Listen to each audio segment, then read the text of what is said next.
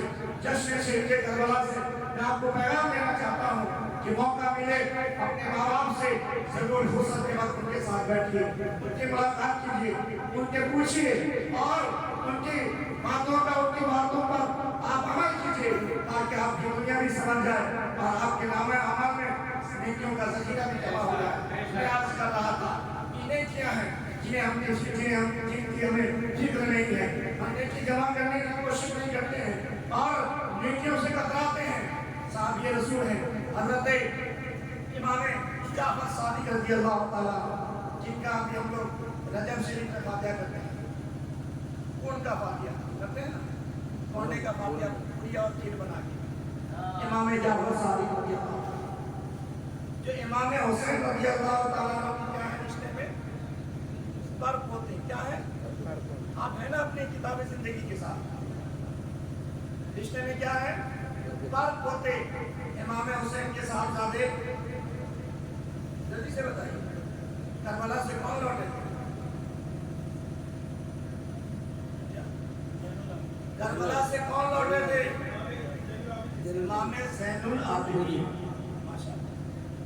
امام زین العابدین اور ان کے بیٹے امام باقر، ان کے بیٹے امام جعفر صادق، امام حسین کے فرق ہوتے ہیں۔ آج محفل لگی ہے، ان کے سامنے محفل لگی ہوئی، لوگ بیٹھے ہوئے تھے، انہوں نے کہا کہ لوگوں کیا میں تمہیں ایک تعجب کی بات نہ بتاؤں؟ لوگوں نے کہا کہ حضرت بتائیے۔ تو حضرت امام جعفر صادق نے فرمایا کہ سنو، اللہ نے ہر انسان کے ساتھ تو فرشتہ مقرر کر رکھا ہے۔ لوگوں نے سننے کے بعد کہا کہ حضرت یہ تو کوئی تعجب کی بات نہیں۔ حضرت امام جعفر صادق نے فرمایا کہ سنو، جب تمہارا دائنے والا فرشتہ نیکیاں لکھتا ہے تو بائیں والا فرشتہ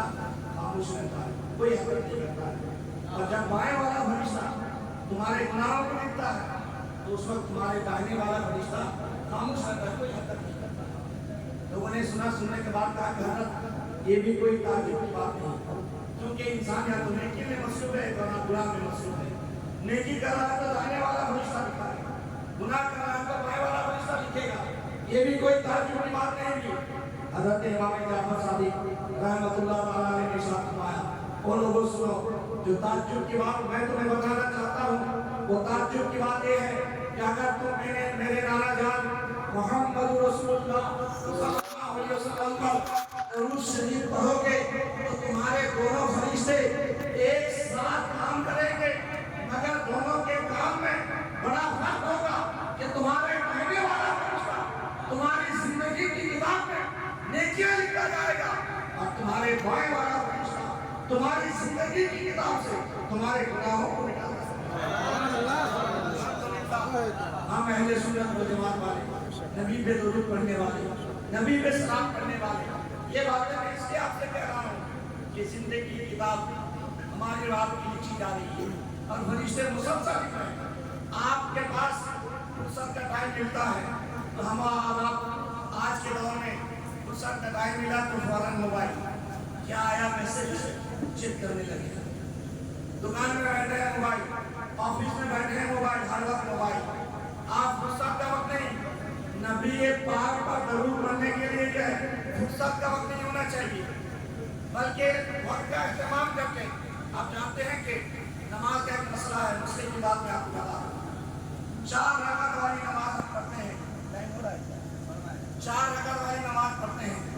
تو 2 رکعت میں جب ہم بیٹھتے ہیں شروع کہتے ہیں قاعدہ اولا۔ قاعدہ اولا میں مسئلہ کیا ہے کہ اتحیات پڑھنا ہے، اتحیات کے بعد اٹھنا ہے، اتحیات کے بعد اگر کوئی بندہ درود شریف پڑھ لیتا ہے، درود ابراہیم اللہم صلی علی محمد تک، تو یہ مسئلہ یہ ہے کہ وہ بندہ سجدہ سو کرے گا،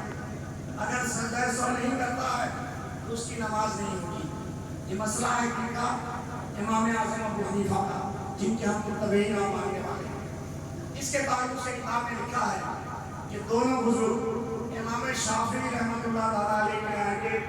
اس بندے کو سجدہ سو کرنا نہیں پڑے گا۔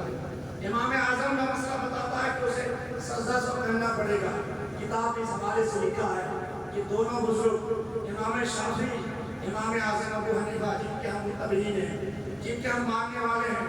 دونوں کی حاضری ہوتی ہے رسول اللہ کی بارگاہ میں۔ اسی مسئلے کے حوالے سے امام شافعی رحمۃ اللہ تعالیٰ علیہ فرماتے ہیں کہ حضور اس نے تو کوئی غلطی نہیں کی، وہ نماز پڑھنے والا کوئی خطا تو نہیں کیا،